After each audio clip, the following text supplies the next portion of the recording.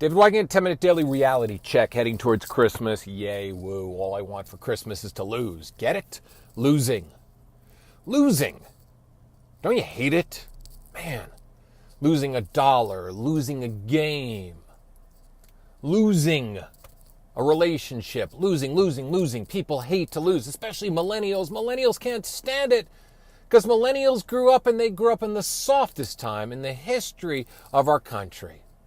Man, I'll tell you something. When I grew up, when I went out for a sports team, I didn't know if I was going to make it at all. I would try out for the team. I would go and compete. I would try to get the coach's attention, and then there would be a round of cuts. And I would see if I would make that first round of cuts. I would come home and I would tell my mom and dad, hey, I made the first round of cuts. And my parents would be like, that's cool. Then I'd go and I'd play hard, and we'd practice, and then there'd be another round of cuts. And I sometimes wouldn't make it. And I remember that feeling. That feeling was an awful feeling. I wasn't as good as everybody else.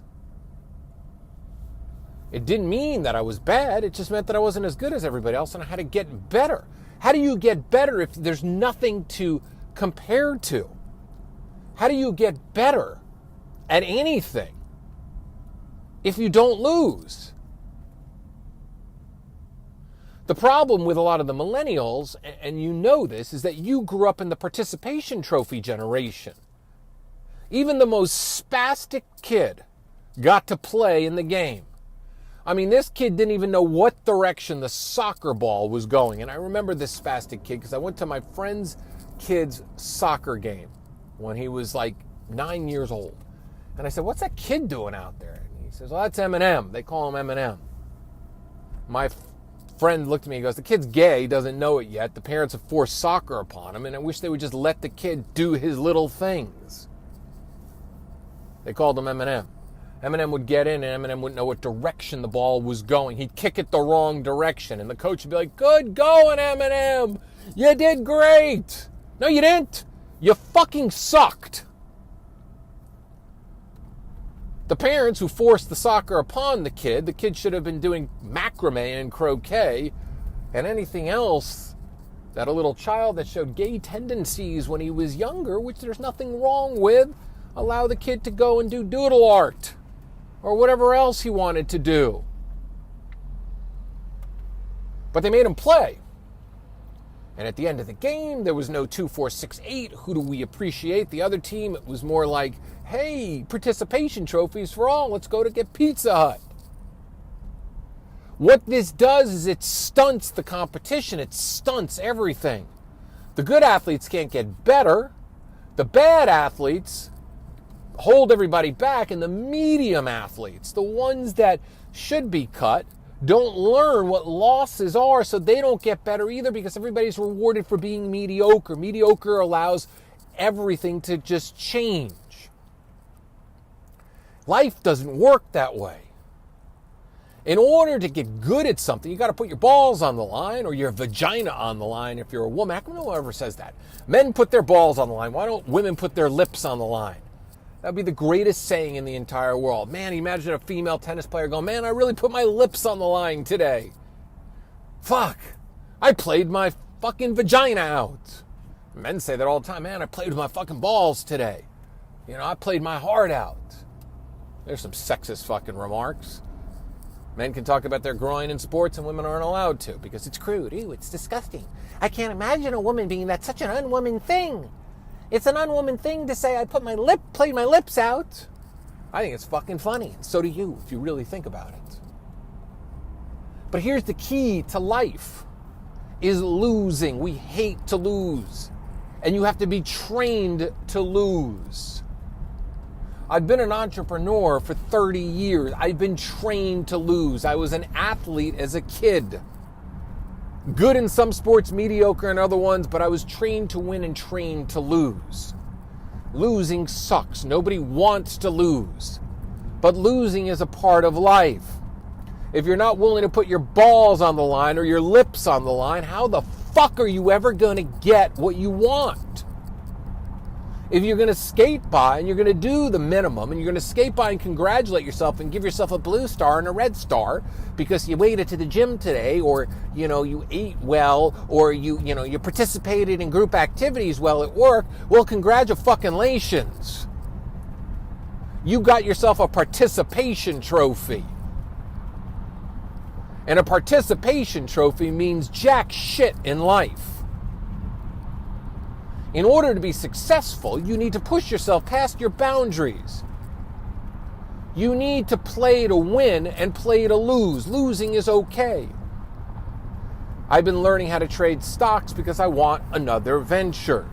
And I lose. Because I'm learning to lose, I'm actually learning how to win. Because if you can lose right, and you don't get down and upset, and get your panties in a knot. There's another one. Women get their panties in a knot. Why can't men get their undies in a knot? See, it goes down to saying, I played my lips out and I played my balls out and I got my panties in a knot and I got my undies in a knot. You gotta play to lose. You gotta be okay with loss. You gotta understand and learn how to lose. You don't get a fucking participation trophy because you showed up at the office, or you showed up at the gym, or you showed up at the AA meeting. You gotta fucking suffer. You gotta lose in order to win. You gotta go through hell and back in order to build character in order to win. Because if everybody got a participation trophy in life, like the millennials grew up with, then we'd all be rich, thin, beautiful, and nobody would have to play their balls or their lips out, and their panties would never be in a knot. You gotta play to win. You gotta play to lose. You got to play for an outcome. You got to play to be uncomfortable. And that's the thing. Kids nowadays are too soft. They're not uncomfortable.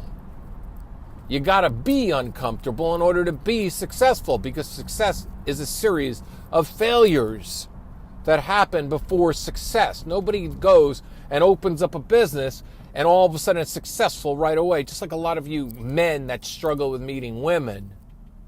You just go and you take a little course and you expect to be successful right away. Well, you're fucking unrealistic and you don't get a goddamn participation trophy just for showing up.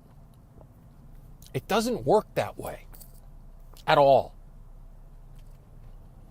Life only works when you're okay with losing.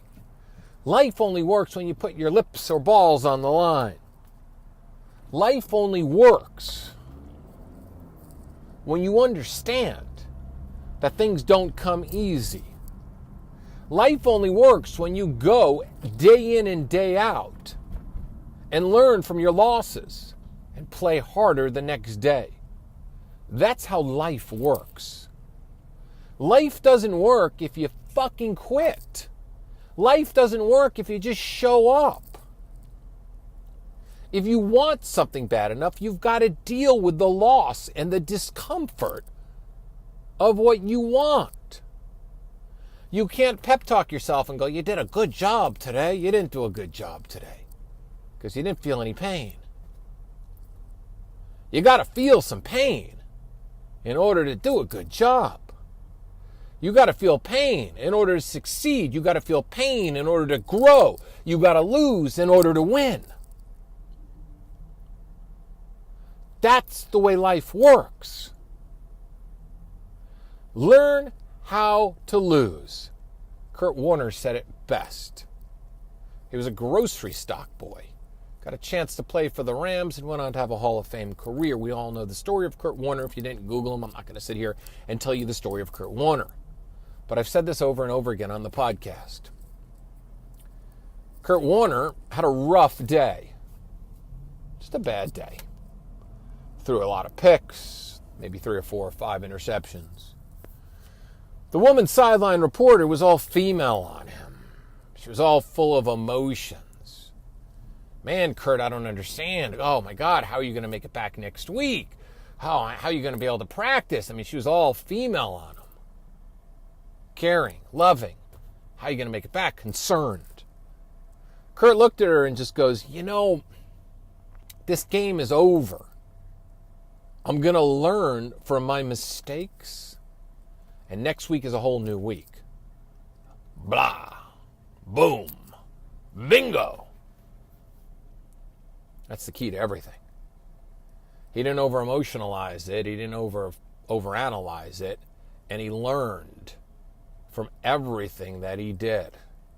That's the beauty of where you're at in your life. You learn how to lose. You learn how to lose. You forget about the loss that day, and you wake up the next morning, and it's a whole new game and a whole new day. That's the key. Anyway, Santa's coming soon. What do you want for Christmas? You know what I want from Christmas from all of you? All of you need to fucking share this podcast. I put my heart and soul in this. I don't ask for any money. I don't ask for anything. I just ask you to share it. Rate it on iTunes so more people can listen to it. Because this is my pride and joy. And I will not stop doing this till I get massive quantities of people listening. Because that's my message to the world. My gift to the world is the truth. And I speak it every day on the 10-Minute Daily Reality Check. I'm out. I'll see you tomorrow.